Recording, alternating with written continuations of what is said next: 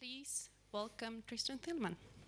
Thank you very much for the very nice introduction.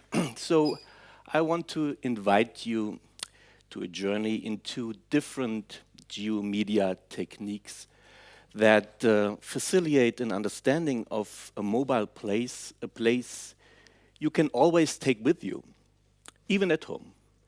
You can leave behind, return back, so whatever you want to do with it.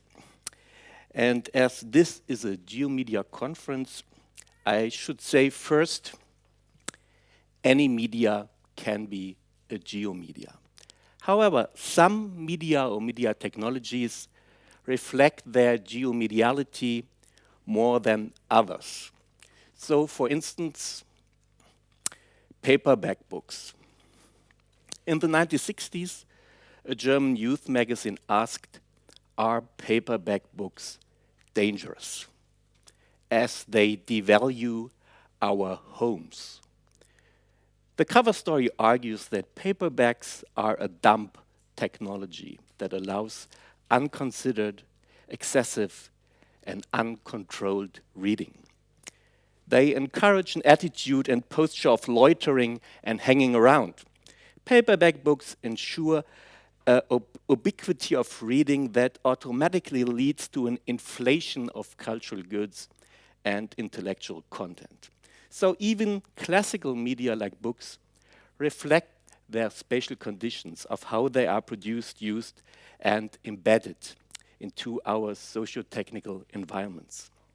However, mobile media do that in an even more obvious and transparent way, as they have to have established defined spatial conditions in how they code, read, translate the territory they move along. So paperback books, for instance, establish a certain kind of mobility that is reflected in the movability from one place to another, most often one room to another, in the motility of the medium in itself, caused by browsing, leaving through a book, and in a more or less loose connection to the environment they are bound to.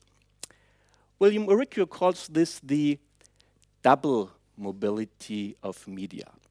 So objects in motion on the one side and movement within the object on the other. However, you can add a third dimension, the maneuverability, the alignment on another medium. For instance, how the book is lying on a table or placed in a row on a shelf. However, that's unusual and very seldom done, as we tend to think about media in dichotomies. So that's basically an inherent, immanent part of any prominent media definition, like, for instance, media are making the invisible visible, or media are making the unpresent present. If we now take a look at another media, we will see that the spatial vectors are in far more of a muddle, especially under digital conditions. The bicycle, the motorbike, or the e-scooter are much more complex geomedia. So here you see one of the first sketches for a pedelec. If we'll now take the example of the bicycle and have a look at its geomedial qualities as it's relevant for digital media today. Because unlike horses and its rider, the bicycle was the first individual medium that was dependent on a widely spread infrastructure, in this case, paved road networks. Okay, you might ask now, why are you talking about bicycles when you want to find out something about the qualities of digital places? Well, over the past decade, the discourse on geomedia has undergone a huge change. When I used the term geomedia for the first time in a geographic journal in 2007, I tried to describe a whole genre of converging cartographic and media applications. However, nowadays, the field has expanded and the phenomena are no longer necessarily dependent on cartographic representations, but more generally on how media are intertwined into the construction of place. That's why I have to make here a media theoretical presupposition. In order to understand the specificity of one medium, you need to look at the very beginning of this kind of medium, when the black box is still open and when it's still in the process of finding out its own form, or let's say, mediality. And when we still have the chance of gaining some ontological insights. That's why I think it's important to look at the very beginning of cultural techniques that geomedia have established. So let's start with the bike. The bicycle is a medium sui generis if we base this on the expanded meaning of the term medium as was primarily represented and made popular by Marshall McLuhan. According to McLuhan, the invention of the wheel already led humans to react to the excess load placed on the feet through faster trade and transport.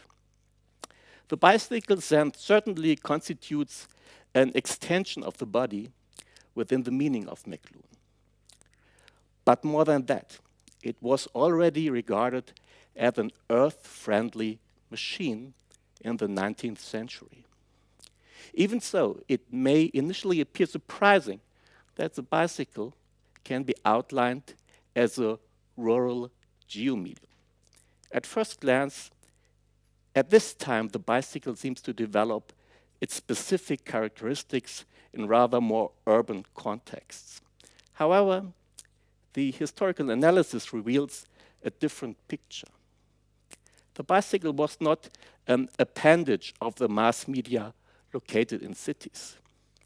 The bicycle only became a medium through its connection to the land. On the one hand, there are many media representations in the popular US magazines of that time showing bicycles stacking in the mud of unsurfaced country roads. These photographs were taken at the end of the 19th century to epitomize the importance of surface roads to the rural population.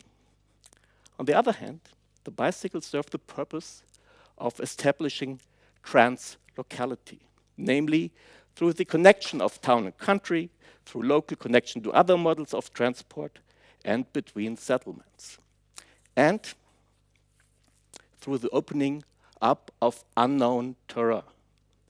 Furthermore, the bicycle itself engendered geographical representations in the form of maps and a system of signage and signposts. In this sense, we can discern that the bicycle represents, transforms, and produces geographies.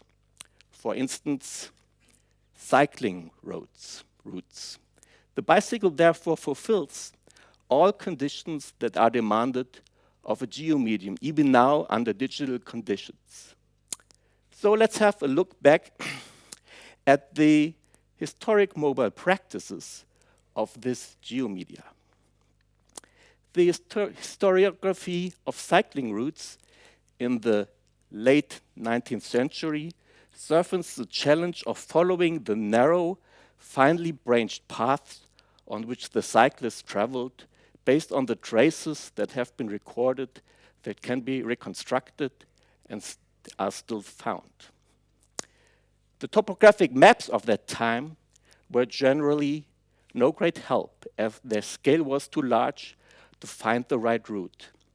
A new method of traveling across the land was to cycle in the wagon tracks. You see them here in that image.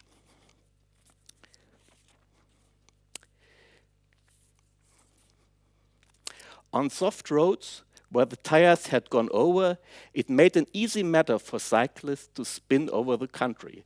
It was thus initially quite common for cyclists to follow in the tracks of other means of transport. For example, the corridors between railroad tracks and paths alongside were also used as rural roads, as it's demonstrated by the following advertisement.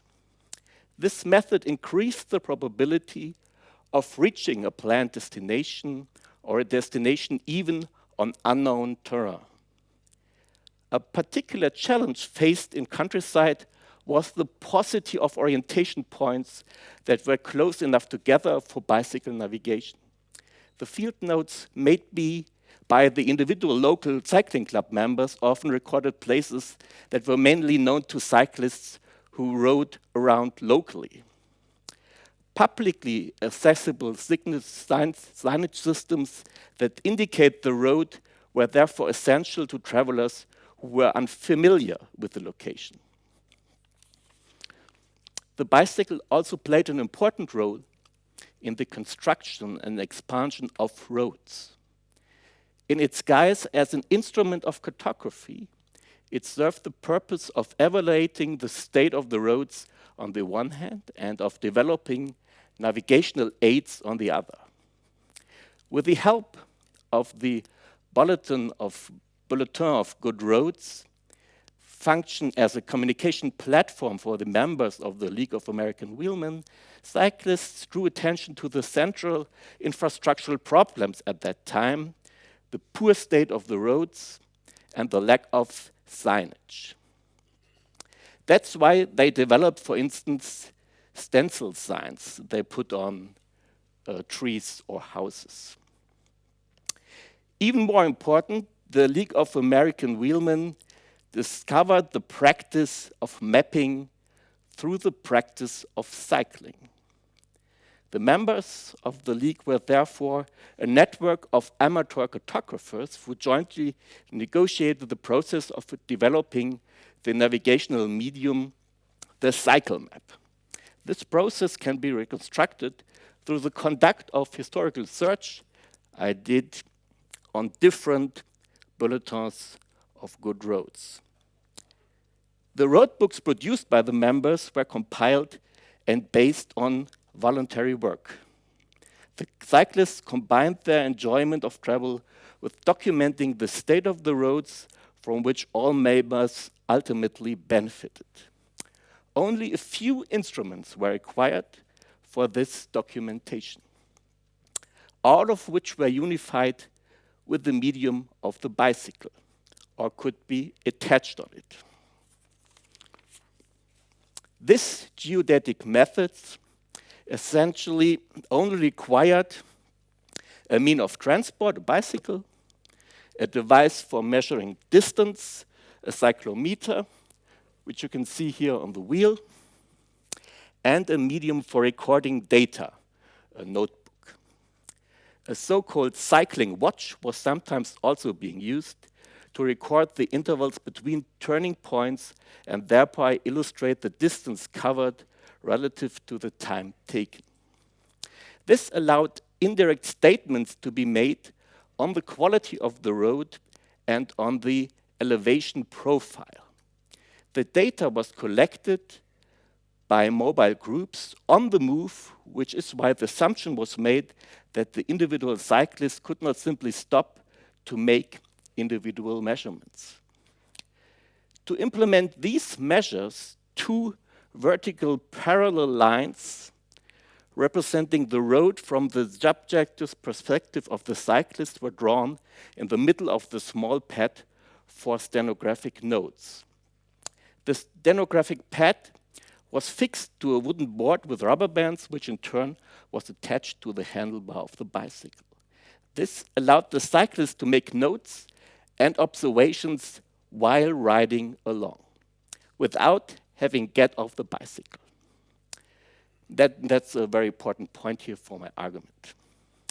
The direction in which the cyclist turned off was entered in the middle based on the distance that had been covered, and the relevant landmarks were noted on the left, which were to serve the purpose of helping subsequent users of the cycling map with their orientation.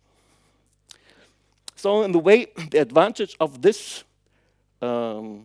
notation system is that you are always on the right road, right? Because you are always centered in the middle of your track. There was thus clearly great confidence in the skill of the cyclists at that time. They were thought capable of riding over unfamiliar terrain at the same time as documenting it on paper. The geographer Louis Osborne saw the advantage of this real-time mapping in the specific selective attentiveness that arose during cycling and the sense of adventure associated with cycling, which thus manifested in the cartographic illustration. Thus, a complete and satisfactory survey of the road may be plotted in an hour from notes which were taken without the slightest loss of time on the trip. The bike list is rendered more observing by work of this character. He sees every detail, he notes every bend in the road, and in a short time, he unconsciously searched for some landmark, and that's very important here, the unconsciously searching for landmarks by which he can identify a certain piece of road. That was written 1899 by Osborne. So individual psychographies of rural space were thus produced. The amateurish cartographic experiments carried out by the first cyclists resulted in the first mobile route guides with instructions for navigation. At the end of the 19th century, the geomedium of the bicycle thus created an orientation and navigation system from a first-person perspective, which was developed by and for technical media. This mobile stenographic methods, however, only served as an interim step for the transcription into cartographic representation, which in turn had to be translated in situ, conceptually and spatially for the use in navigation. In addition, notes were made on whether the route was on the left or right of the course of a river, if present. However, the right version here you see had several advantages. Critical decisions on the direction that needs to be taken are easily read off the route sketch. These are marked by dashes that deviate to the left or right from the predefined parallel lines. All marks that are within the two parallel lines thus show that the rider is on the correct route. All marks outside the two parallel lines represent decisions that need to be taken on the direction or indicate relevant additional information on places, landmarks, etc. So this created a set of tools that could be used to map unfamiliar terrain in a short time, such that it contained the information essentially to cyclists. For the first time in history, bicycle mapping thus visualizes the fact that quite different recording media and depictions of the surroundings are of relevance during movement in comparison to under immobile conditions. So you see here the same the topographic map of that route to Dallas, and on the left side the route that was taken by this technique. So completely different representations. The one symbolizes the mobile mapping, and the others the let's say the more immobile condition of that route you want to travel.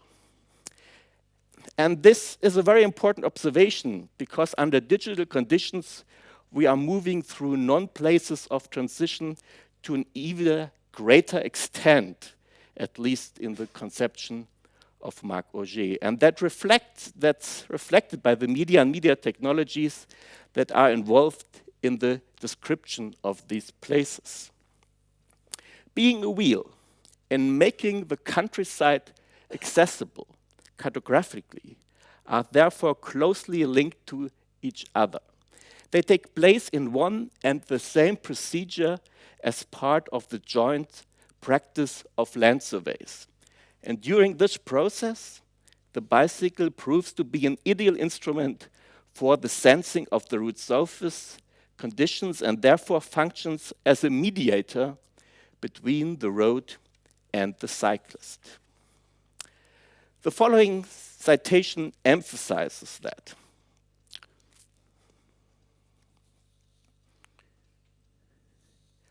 Of all modern inventions, the bicycle may justly be styled the perfect road tester. From no other vehicle does a rider descend with so much suddenness and aplomb and with such serious emotion to investigate a defect in the surface of the highway. It is the most sensitive of all vehicles to the slightest imperfection of any sort in the construction or condition of a road surface. And it communicates its discoveries to its rider directly, and in the manner which is impossible to either ignore or forget. So, the bicycle here is also a sensor media, if you want, a very direct sensor for the surface of the road conditions.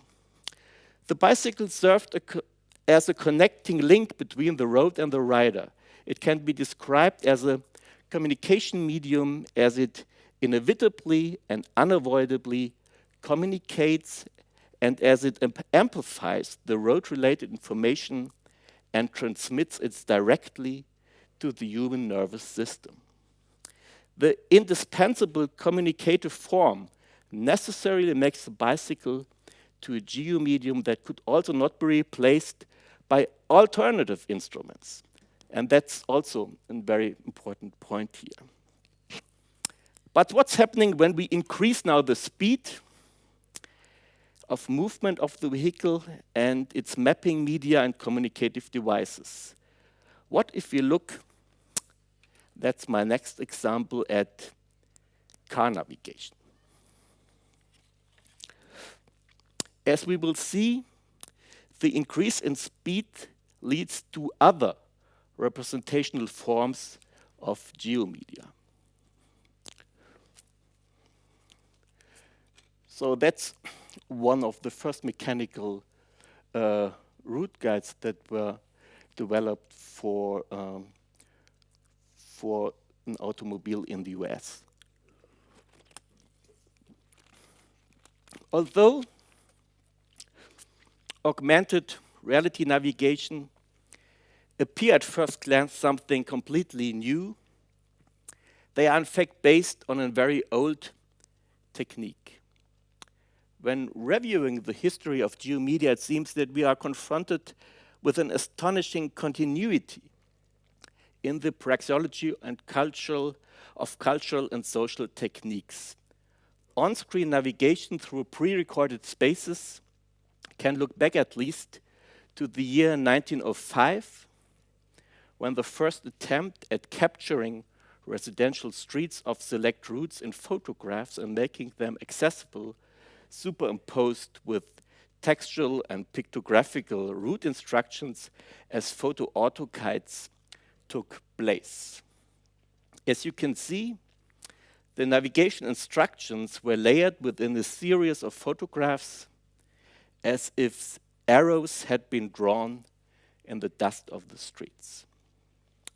One component of this practice of auto navigation is following the traces of route sketches, which the photo auto guides discussed here include in an enclosed book section.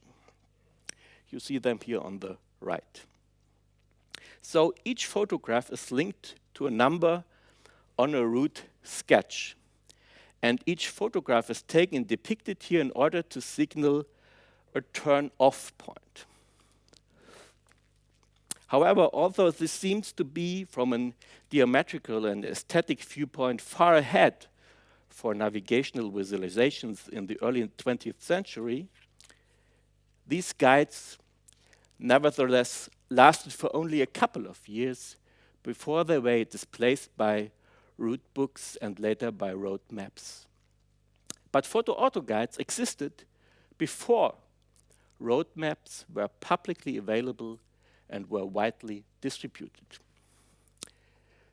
Why did they fail? Why couldn't they accumulate collective knowledge? This is, to use the term of Bruno Latour's, a question also of optical consistency. Part of the answer lies in the fact that while photo-auto guides placed a great deal of emphasizing on the establishment of a navigational first-person perspective, experience, this was not sustained, not standardized, and could lead to frictions. The third person over-the-shoulder perspective was not maintained through the photo series. In some pictures, the photographed automobile is approaching the viewer, while in others, the arrows pointed towards the user. In these images, it appears as if one would have to reckon with an oncoming traffic, or if the photo has been taken from the opposite direction. However, there was another problem, which was the problem of the medium photography in itself and its mimetic qualities, which also caused disadvantages. So in England and France, where nearly all roads had macadam and have been for years, it was possible to issue maps which did not get out of date. But in the US, the people were just beginning to realize the value of good roads at the beginning of the 20th century. So often one notices a new highway where a year before another one has been used to get to the same point. So you see here the map street on the right, and in the meantime, they decided, well, why don't we take another road and just go ahead? You see? So this shows the uncertainty of routing at that time. The roads themselves were mobile. So there was an uncertainty about the accepted routes. You also see that here. On the right, you see the route that is mapped, and in the meantime, another road was established. So as the infrastructure, as well as the tracers and vehicles moving about on it were mobile, the use of photographs could not result in the creation of mobile fixes, a constancy in form across variation that allows organizations to collect information and to exert control over spatial distances. So how could knowledge be gained instead? It was difficult with established epistemic methods, though the publishers took up a new idea they borrowed from bicycle mapping. Cars were sent out to gather the information for route directions.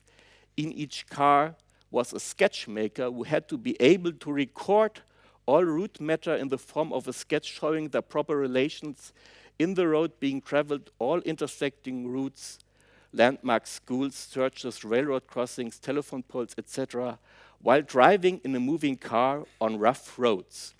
And that's another important point, he also has to imagine himself traveling above the road in a flying machine, as it were, looking down in order to get an accurate idea of the angle at which roads intersect.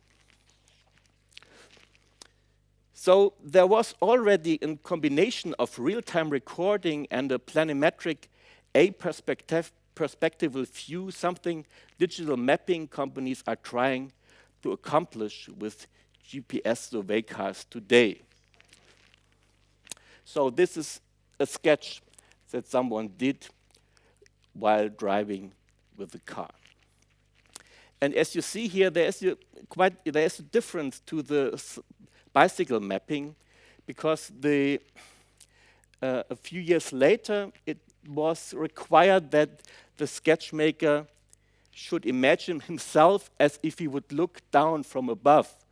You see, it's not the completely subjective perspective that is required.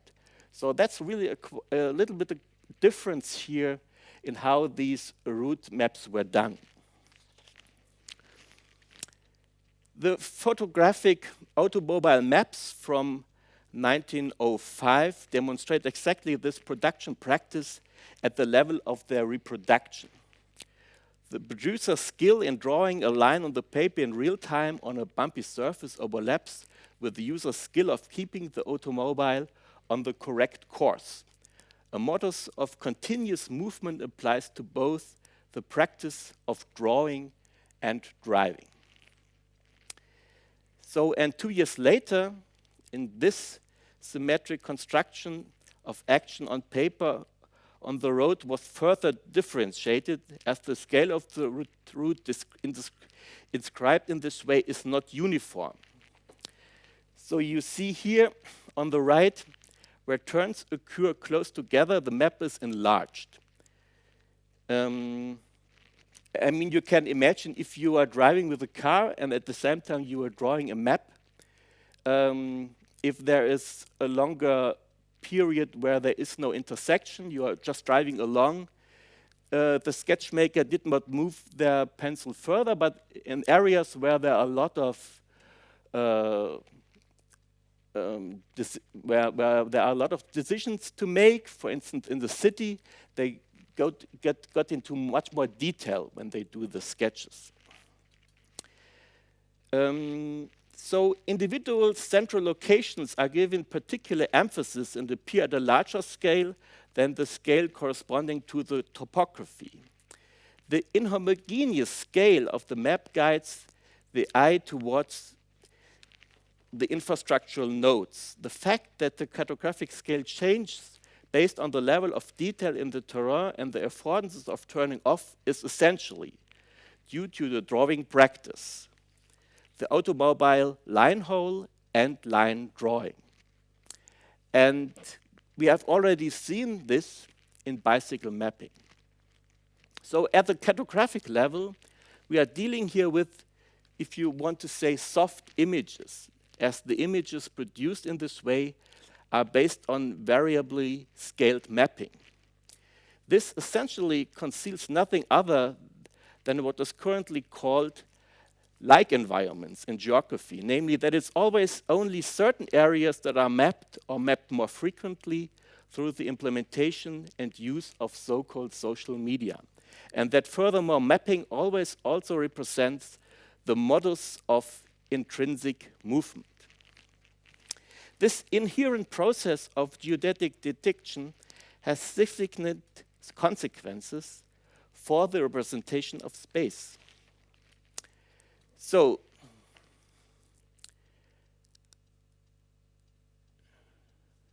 okay, sorry, I have moved from direction.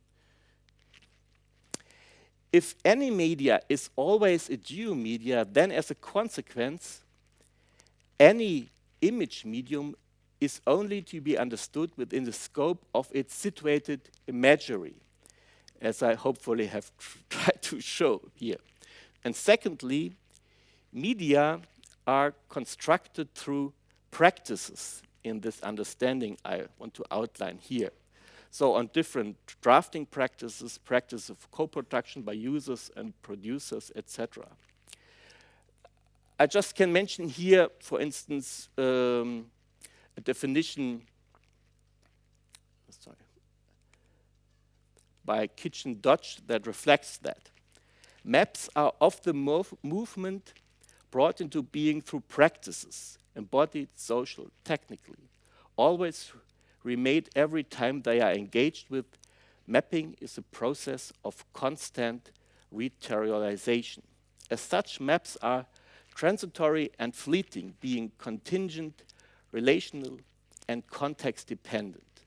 Maps are practices. And if we take this seriously, then spatial representations or geomedia have to be understood through their practices, which is, of course, a methodological challenge.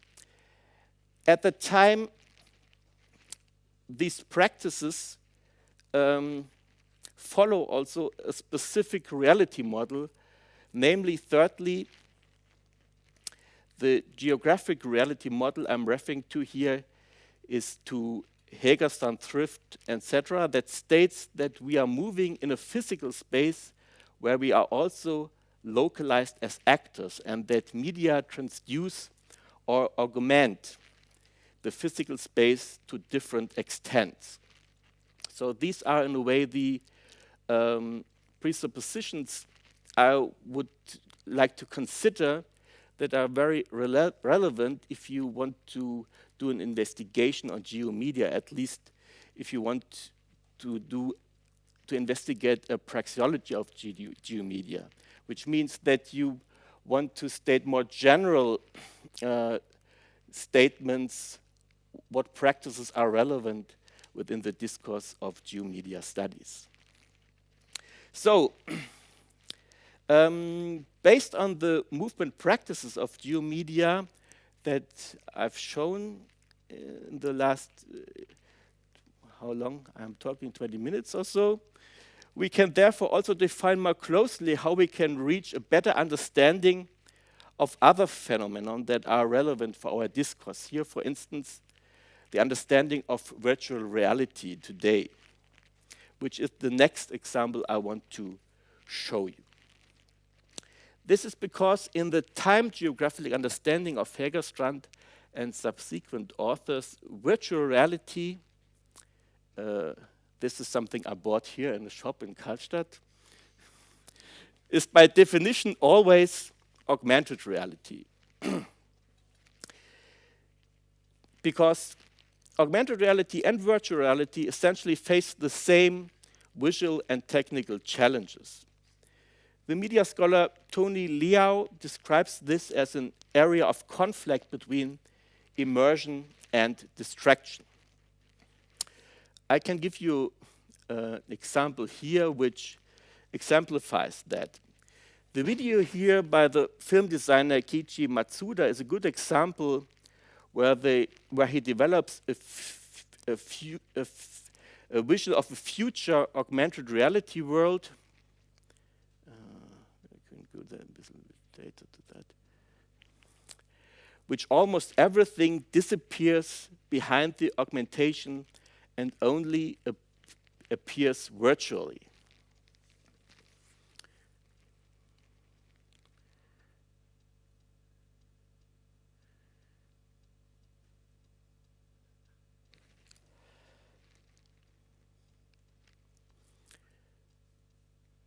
So as you see, a separation in a way between augmented reality and virtual reality on the different technical devices, which of course naturally can be undertaken, is in a way unrewarding for the purpose of a praxeological observation, and that there's also a series of applications that take place exactly on that boundary. For instance, if you look at SLAM technologies, a virtual digital model is created at the moment in which you move through real space. So that's of course very relevant, and I think Max Kandersky has shown that at the beginning of this conference, where you see that the reality or this model is constructed in the moment when you are moving along in real time. And this is of course basically used for indoor navigation. So the geographical understanding of augmented reality that I am proposing here, and that's, as I already stated, applies equally to virtual reality, states that each actor is in a spatial isolation, as already noted by Hägerstrand in 1970. In life, everybody has to exist spatially on an island. That's a citation by Hägerstrand. This is because the media theoretical model of time geography assumes that media do not appear just like that. Media pass and can be passed through. In the case of virtual reality, we are therefore dealing with a rather more limited spatial dilation, while this is potentially infinite in the case of augmented reality. Looking at this way, there is no reason to necessarily assume that virtual reality or augmented reality are fundamentally different from other realities. What is decisive from a geographic perspective is that as individuals, we spatially exist on islands as stated by Hägerstrand, and in this case, media are within manual reach. and are produced through bundling and infrastructural connection. These are media that also surround us but cannot be located any more closely, that surrounds us like a cloud, if you want. So if you would like to illustrate this in the following, I'm expanding the field of augmented reality here, and I'm looking now on augmented reality navigation in airspace, like you can do with drones, for instance, or for instance, such games you can play with the augmented reality imagery of consumer drones. So to clarify the approach once again, in order to define the mobile place more closely, I increase the motility starting from the bicycle and car, and therefore also include the movement in the air, not only on the ground. That has to be analyzed to get a better understanding of mobile places. So, to come back to the very beginning of that cultural technique, I have to go back, of course, to hot air balloons. At the end of the 18th century, the hot air balloon was a medium that promised access to a new world of wonders, namely adopting an observer perspective that had previously been impossible. Bird's eye views were already regarded as a virtual experience in the 16th century, as this transforms cities into a potential visual field of experimentation that can be reproduced and disseminated, for example, in the atlases and geography books of the time. A simple example of this is the following woodcut of Venice from around 1500. John Mark Bess writes about such images, stating that the images are the locations in which virtual experience are illustrated and portrayed. Before the advent of flight, such images also always demarcated a difference between a drawing based on direct observation and the imagined bird's eye view. They refer to something that is not itself visible in the image, but can only be assumed. Hot air balloons were therefore a suitable vehicle for counteracting this speculative momentum through objectification. So the first aerial image is regarded as the balloon prospect from above the clouds, published by Thomas Baldwin in 1786, which was produced based on sketches and field notes during a balloon flight over northwest England in 1785. The aim of expanding the view by ever greater heights goes hand in hand here with the localization, tracking of the movement, which simultaneously represents an impossible view in such synoptically overlaid images from both nowhere and now here. That's how Karen Kaplan describes it in her new book, Aerial Aftermaths. So what you see here, of course, you see here this now here aspect. So the trace of the balloon, that it's marked here as a black line. And at the same time, you see the view from above with the clouds on the land. This conferred an intrinsic form of expression on the unrestrained, restive, unstable, and swaying condition of flying in a way. This is also revealed in the lithographs of scientific balloon flights in the 19th century. Ballooning at that time must be viewed in the context of the contemporary media, onboard recording and distribution. So these are the recording instruments that were used at that time. The book Travelers in the Air played a huge role in popularizing ballooning. In this book, James Glaser, head of the meteorological department of the Royal Observatory in Greenwich, at that time attempts to document his balloon flights and to illustrate them in such lithographies. This involved mapping the altitude of his hot air balloon in aerial images.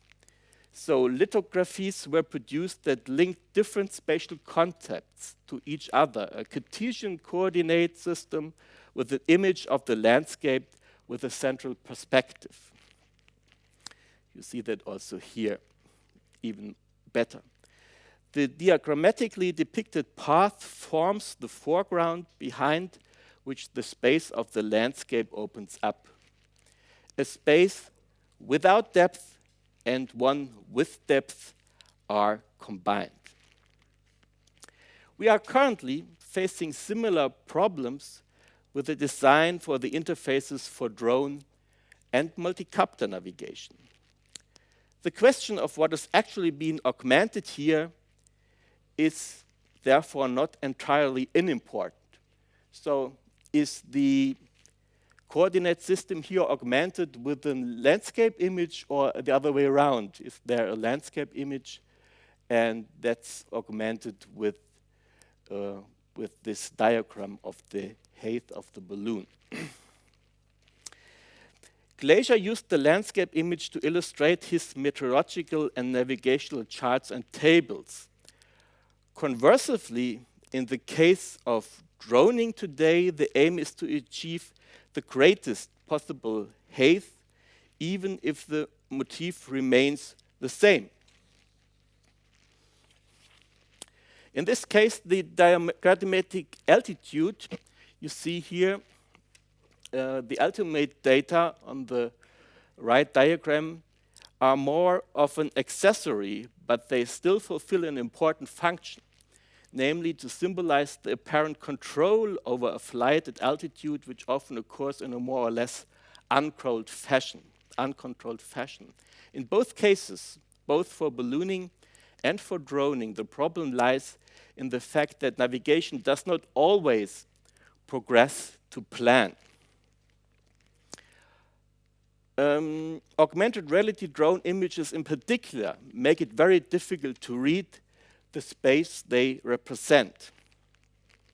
You see that especially here when you look at that image. It's very difficult probably for you really to figure out what you see here. So there are three layers, image layers here. Two first-person perspectives from the augmented reality glass, the first perspective from the drone, and then you have the third perspective also simultaneously on that image. So media and visual studies is still, in media and visual studies, both are still dominated by the discussion of an amalgamation of virtual and physical spaces in a mixed reality. But the practice of see-through or augmented reality displays raises an inverse form of observation for discussion. At its core are the inscriptions through which we look and not the holistic of the expanded total space on which we look. A structural coupling between an ever-increased expansion of the view can be linked to augmented reality and virtual reality, which is coupled to localization of the observer perspective. Both the local situational and the panoptic are searching for their own forms of expression. So before the advent of flight, the view from above was an imaginary construct, a virtual reality. Interestingly, it has remained this way, even though remote sensing is now accessible to everyone. It often results in overlapping, over and composite views, as I've tried to show.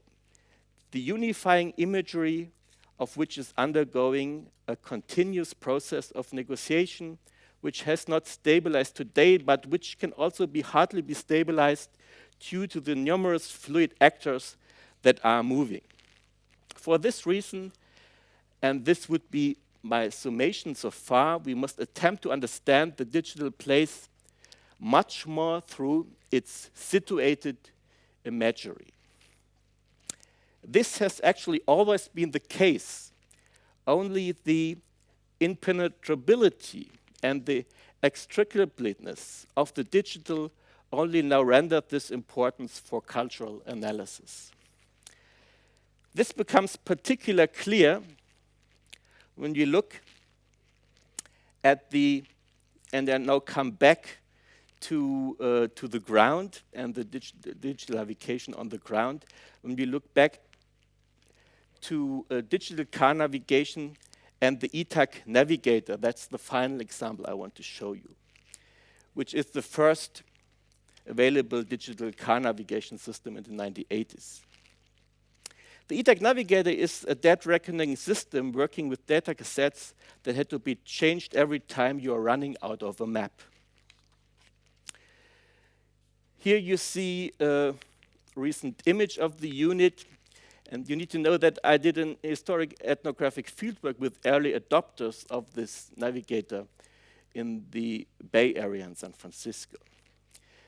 And this is how the display looks like on the cover of the Newsweek magazine. And this is how it looks like in action. I just show you that in a second.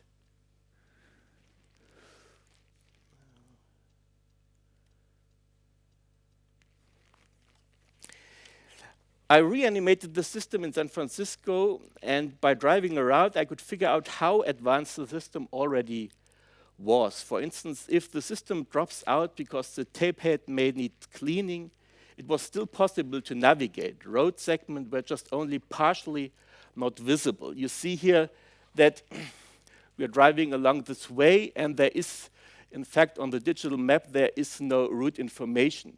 So we are out of a map, and we are driving into a map. And this is only a very, not a complete map of the whole area. So you can change scale here on the right side. And you see your own position. That's always in the middle of the display. And you see your destination, which is blinking. And you see the direction here where you have to drive, and the distance to the destination here, 1 mile to the destination.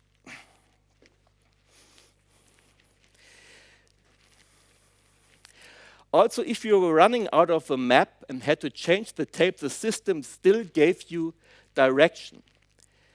And that's really an advantage to every GPS today.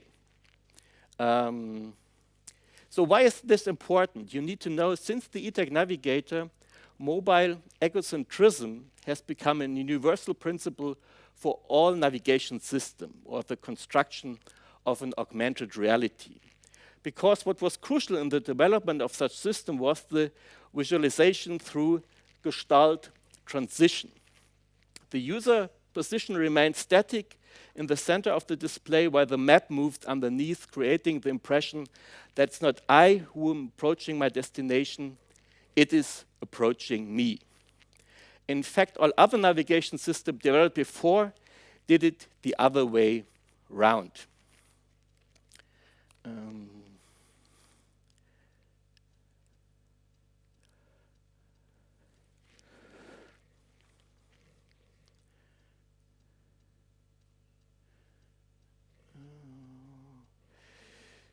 You see, for instance, in the cultural misrepresentation of such a system in James Bond's Goldfinger. Here, the map remains. Maybe you remember that movie. Of course, I'm sure you do. Here you see the map remains static, and a light dot moves across the display. So that's, in fact, a technique that was not a success at all.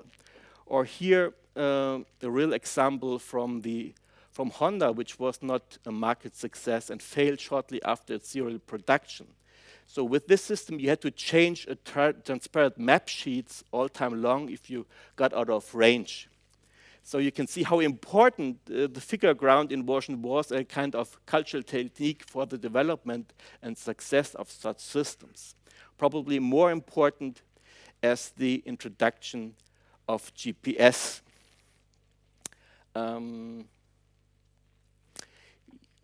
So traditionally, it seems to be important that geomedia users have an awareness of their own geographic position in respect to nearby objects and target locations.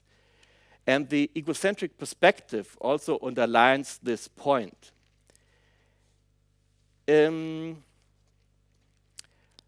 Quite a lot of empirical work within the field of geomedia studies has shown that spatial context information nearby to places, people, and events structure digital situations to a greater extent than supposedly exact location estimation they promise. And in a way, also, even the ETAG navigator reflect that, because you, with the ETAG navigator, as you've seen it, you cannot be really sure about your own location on the map. You can only be sure about your own location in physical reality. And you know the destination you want to drive to, but there was no route calculation, so you had to decide by your own which route you want to take. And that's, of course, really a difference to contemporary systems where you are completely depending on automatic route calculation. Today, the quiddity of what can be called a digital place is interpreted by an array of different media technologies, as you've seen, like drones, smartphones, etc., that have at the same time established different mobility concepts. And I hope I could have shown you some of them, that shape the understanding of how these devices see the world based on their sensory perception. And for each technology, that's always a little bit different, as I hopefully have shown. This corresponds to the classic understanding of place that was already described in 1977 by the influential geographer Hifu Tuan, who argued place is pause. Each pause in movement makes it possible for location to be transformed into place.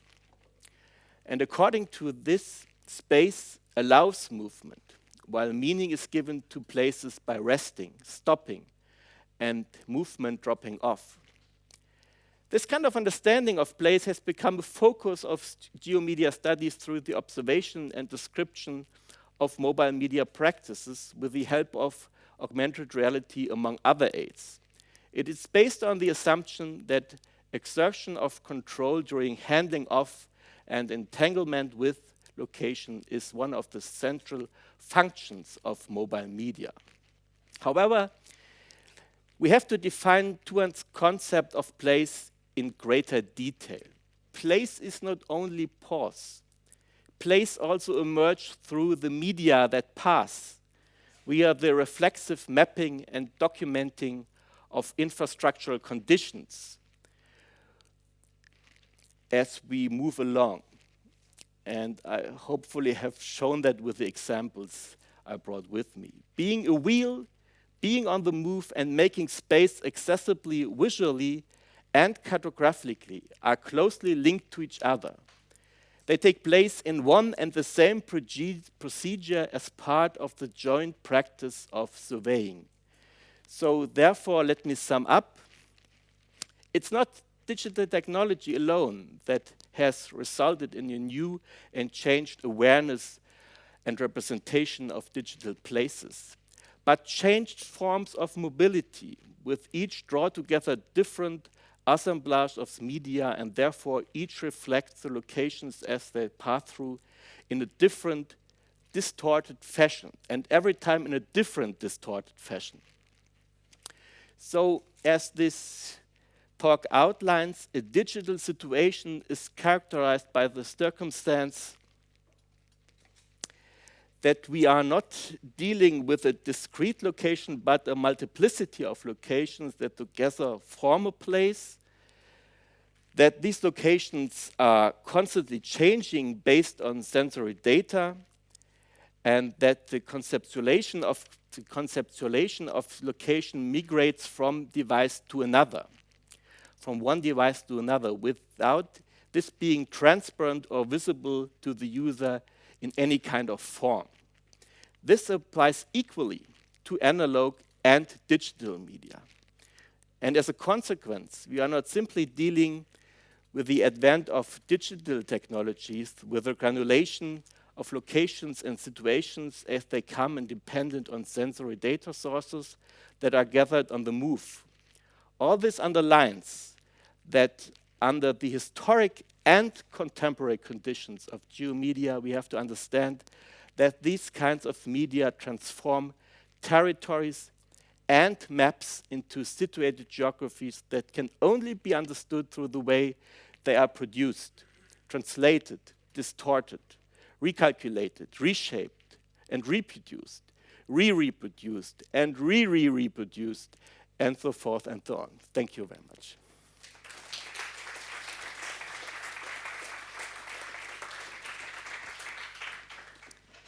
Thank you so much for a great talk and talking us through the history as well. So please, questions, comments, thoughts that you'd like to discuss? I think we, as usually, have a mic to distribute among us.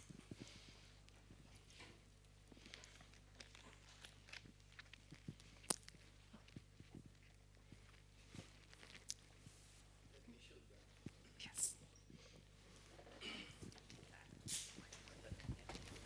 Thank you, Tristan. I was wondering if you read the book by Mark Twain, Traveling Abroad, Tom Sawyer Abroad.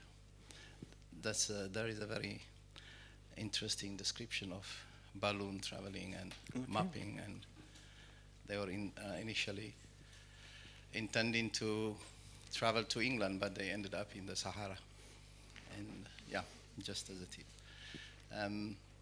I thank you for, as I said, very interesting, rich journey here. Concerning place, I mean, geographers today have an understanding of place that is much more complex, dynamic, relational. So I was wondering if, in what sense you are referring to Yuan's Yuan's conception of space. If you could elaborate on that. Well, what I think that's really important is that that we have to understand nowadays that a place is inevitably constructed by lots of media and media technologies, and I think it's important to understand that we cannot have a definition of place that doesn't reflect that, how we move through places. I mean, Tim Ingold, for instance, writes quite a lot about that, but it's always the movement as an anthropological factor that it's more or less based on how people move on food, right? And I think all the different mobility concepts that have been established in the last 100 and 130 years also have established quite different concepts of place. For instance, the non-place concept in the 1980s, but the challenge really today is that an understanding of place, at least in geomedia studies, should reflect all the different technology that represent and construct places today. And that's really the challenge, I think, for geomedia studies.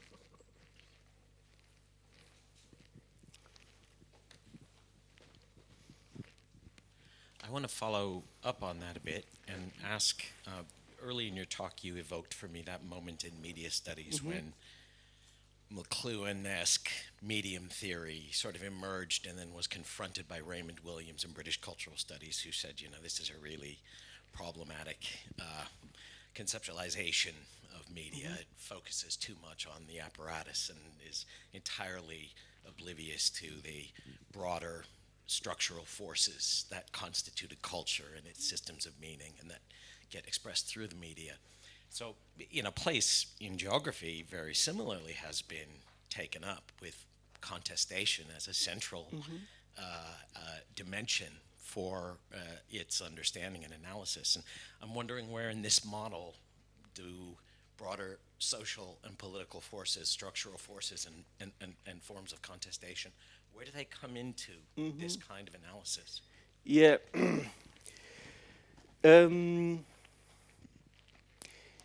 Yes, they come in more in an indirect way, because what I'm trying to do is to look at different cultural, but also, let's say, social techniques that have been developed, and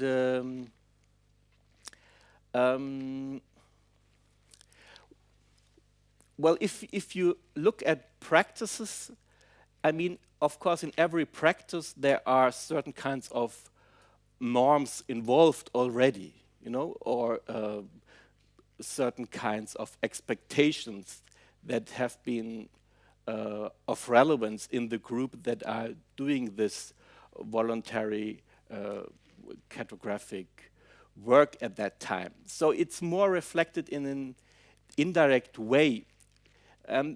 That's why important, I know it looks like as if I would look primarily on certain kinds of technologies, but for me the challenge is really to look more the practices that the people are doing with these technologies. And so that would be then the next step, of course, but that's not so easy if you want to do an historic praxeological research. So you would be dependent on field notes that were taken at that time or other kind of observations that were done, how people have been dealing with this technology at that time. But that's of course very difficult to reconstruct. That's the challenge I see here. But the advantage is that I can make comparisons from historic practices to contemporary practices and show that all new practices are not so new as we might think. Okay.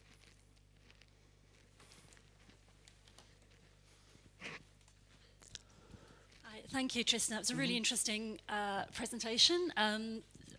The point around new technologies always having longer histories was beautifully made, and I'm there with you on that final slide. But I guess this comes back, I think, to the previous question around, why does this matter? And I suppose implicitly, it's because we imagine that there are power relations of some sort involved in this, of different kinds, hence the focus on contestation in the previous question. But I'm not sure it's just a kind of sense of sort of context or sort of an add-on once you've done like you were suggesting. And I'm not entirely sure that we have to have fine-grained ethnographic material from the 1890s to be able to think about. Yeah, that's the problem. So I would propose to you that perhaps if we go back to McLuhan rather bizarrely, he was talking about media as extensions of bodies. So let's think a little bit about embodiment. And I know some of you have heard me say this before in previous days, so I apologise. I feel like a bit like a stuck record. But if we look at the bodies that you showed us in the one, those lovely, they were all white. They were all men. I don't think we saw a single person of colour. We didn't see a single woman. We didn't see a single body that wasn't able-bodied. So it seems to me that we have to start thinking about how, not about the body, but about the body as a site of inscriptions of power relations, which are certainly kind of gestural and kinesthetic in the ways that practice theory tells us, but also they are sites of kind of cultural inscriptions as well. So, for example, the bikes, you can only climb on a bike if you're either wearing trousers or a short skirt, and neither of those were options available to women in the 1890s. So as Kat Youngnickel has tracked the histories, the collective histories of women organising to design clothes that would allow them to get on those machines, collective histories, because people are not islands. There's a feminist critique of Hagerstrand's notion of isolated bodies, going through this kind of vacuum-like space. And, all those people in the cars, tracking a land that was, full of indigenous maps about it, right?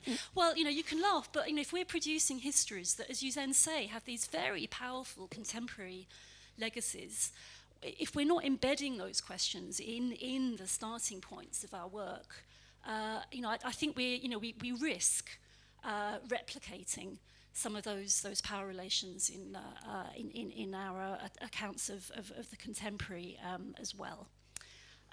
So I don't think there's a question emerging from that particularly. Perhaps other people can figure one out. But perhaps your response to that, and I think particularly there is a risk, as you acknowledged, in the focusing on the technicalities of the media, and then kind of adding in, oh, well, here's that, and then what do people do with them? I think we need a rather more sort of hybrid sense of practice already there, embodiment already there in this tech than perhaps you were offering. So perhaps that is the question. Perhaps you could respond to that comment.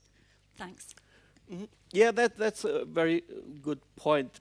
And that's why I think if you do that comparison, and it's much more easier to identify these parallel relations if you look at the historic examples.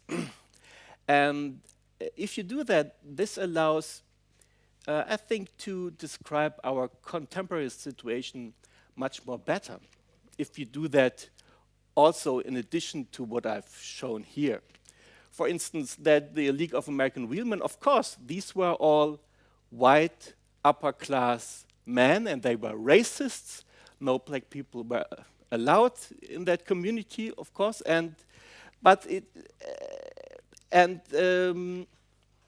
so that has to be reflected too, and a lot of scholars have done that. That's right, and an important issue, I think. And if you would do that, then you might also understand our contemporary technologies also better. Yes.